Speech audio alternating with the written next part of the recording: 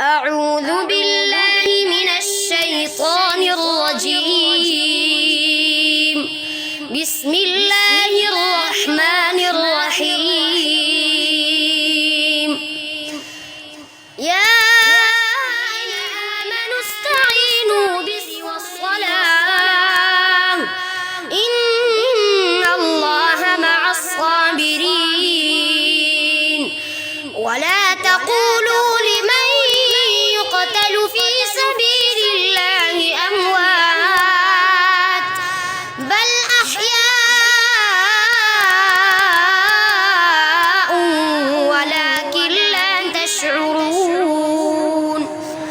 ولنبلونكم بشيء من الخوف والجوع ونقص من